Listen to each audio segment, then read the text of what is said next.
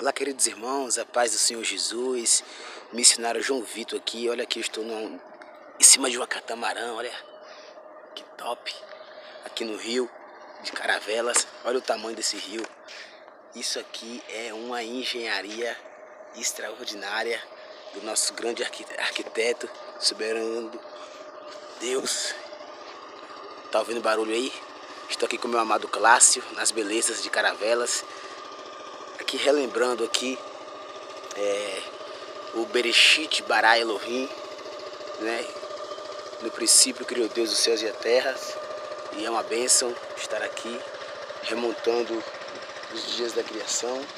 Deus é maravilhoso, vendo aqui os amigos pescadores chegando aqui de grandes viagens, e é interessante estar aqui nesses momentos para remontarmos os tempos bíblicos, os tempos passados, para adquirirmos e extrairmos lições que venham nos edificar a cada dia, que venham nos trazer conhecimentos novos. E é um prazer estar aqui, né, nessas maravilhas. Eu estou feliz de estar aqui, né? Eu sempre convivi com água em meio a marés, as águas. Meu pai era um pescador, então a gente ficava muito tempo assim nas beiras do frigorífico, do porto. E é interessante porque quando nós olhamos para a dimensão de que seja essa maravilha de Deus, os mares, as águas, os rios, os oceanos, quando vemos aqui as maravilhas de Deus, ficamos admirados, né, com tamanha onipotência, onipresença e onisciência.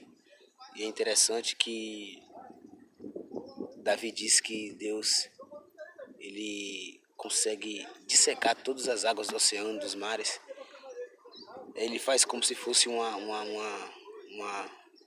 ele cria uma figura de linguagem no Salmo 139 e em outros salmos também, dizendo que Deus, ele seca as águas da terra, do oceano, e coloca nas suas mãos. Isaías também vai falar isso.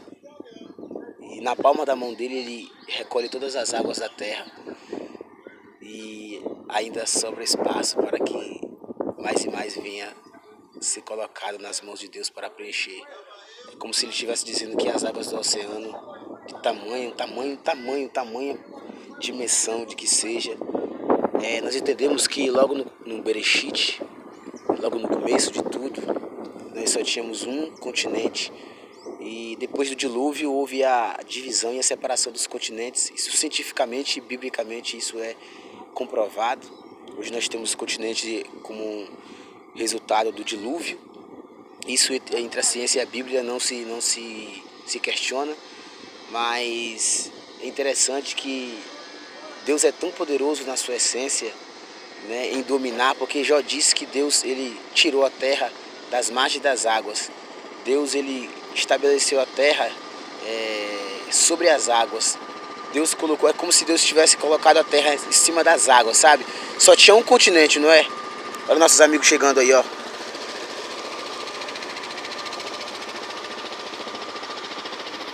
Olha nossos pescadores chegando. Olha que maravilha. A esses deve-se respeito. A esses homens aí deve-se respeito. Deve-se respeito porque eles são demais. Eles são demais.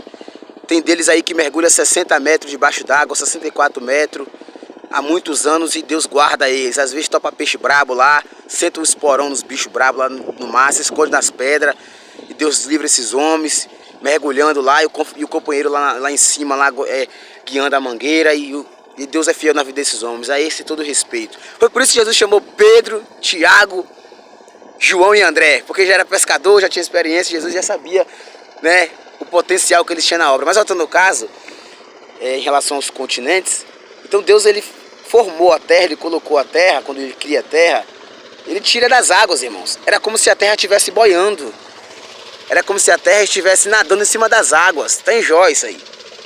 Para a ciência, isso aí é terrível, é crucial, é de suma importância, porque é justamente isso que a ciência diz, que a ciência aprova, né? Que de fato, por mais que o Big Bang e a teoria de Darwin queira desconstruir o contexto bíblico, mas em contrapartida, vamos agora, meu profeta, em contrapartida isso não se questiona, não se debate, né?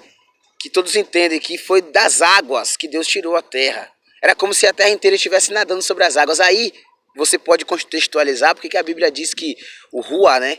O Rua, que é o espírito, a linguagem do espírito nos originais, o espírito ele pairava sobre a face das águas. Por quê? Porque quando Deus criou a terra, Deus estava dando forma à terra para que pudesse, pensando em nós, para colocar os seres humanos na terra, né? Para que um dia pudesse esses barcos aí, ó, pudesse caminhar sobre as águas, nadar sobre as águas, para que um dia o ser humano pudesse se estabelecer aqui na terra. Deus envia o Espírito. O próprio Espírito de Deus começa como se fosse detalhar a terra, preparar a terra nas margens das águas. Então a terra estava como se fosse esse barco aqui, ó. Vocês não estão percebendo, mas eu estou para lá e para cá, sabe? Eu estou para lá e para cá.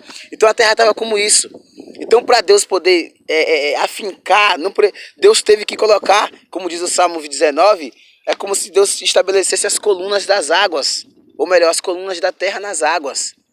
Isso foi uma estrutura de Deus que é tridimensional, é terrível, entendeu? Então Deus afinca a terra nas águas através do seu Espírito. O Espírito trabalha na criação de forma intrínseca. E o Espírito começa a trabalhar, estabelecendo a terra nas águas, fazendo separações. E com essas divisões da criação, Deus começa a colocar cada ponto em cada lugar. Isso é interessante, isso é lindo. Era Deus pensando na humanidade, Deus pensando nos homens. Todo o estabelecimento que Deus ele fez e outorgou na terra, na sua criação, foi pensando no homem. As leis de Deus, as características de Deus estão presentes intrinsecamente no universo, estão presentes nas leis da física, nas leis da química, nas leis do universo, nas leis naturais. É interessante isso, e tudo isso foi pensando em mim e você. Então esse é o amor de Deus aí, né? O amor incondicional de Deus, o estabelecimento das luas, a lua que serve para oxigenar os mares, né, e fazer que todos os peixes, todos os seres vivos dos mares, das águas venham a sobreviver. É a lua que faz isso. É a lua que controla as ondas dos mares para que nós não venhamos ser tomados pela enxurrada de tsunami.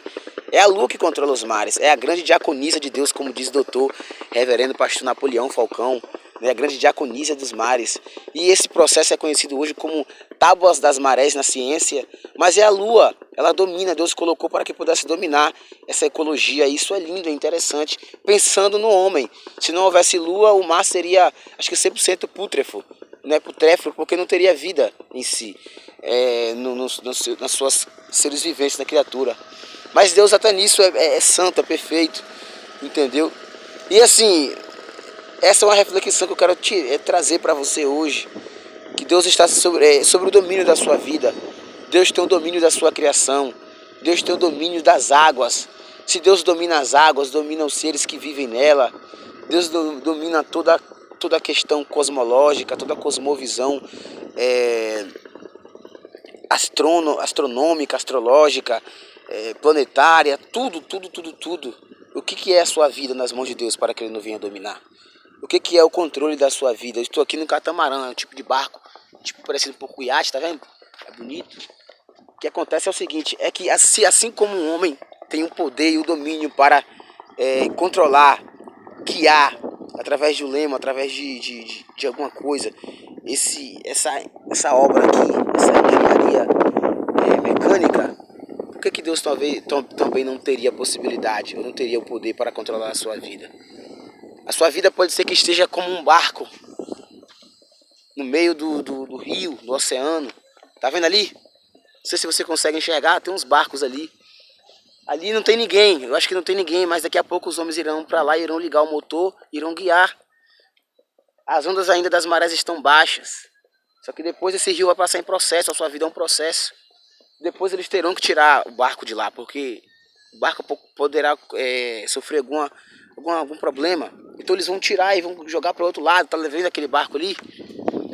Está cheio de corda de boia ali. Parece que tem alguma coisa pesada no fundo do mar que está fazendo com que esse barco esteja flexibilizado ali, assim está a sua vida, no meio do oceano, na beira do rio. Não importa onde você esteja, o Senhor está no controle do seu barco e Ele está colocando a sua mão, está guiando você, está dominando você e não vai deixar que você seja levado pelas ondas para que venha a se desintegrar. Deus está no controle da sua vida, Deus está guiando a sua história, Deus está escrevendo o seu começo, o seu recomeço, a sua jornada. Então essa é a reflexão. Não importa onde você esteja, o Senhor tem o domínio sobre a sua vida.